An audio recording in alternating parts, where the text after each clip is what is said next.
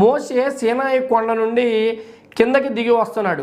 దిగి వస్తుండగా అతడు చూసిన దృశ్యం ఏంటంటే, ఇజ్రాయేలీలో చాలామంది ఒక దూడను చేసుకుని దాని చుట్టూ వీరందరూ కూడా నాట్యం చేస్తున్నారు. ఆ దూడే వీరిని ఇజ్రాయేలు దేశస్తులందరినీ కూడా ఐగుప్తు ప్రాంతం నుండి తీసుకొచ్చింది రక్షించి అని వీరు పాటలు పాడుతూ నాట్యము చేయడాన్ని మోషే చూశాడు.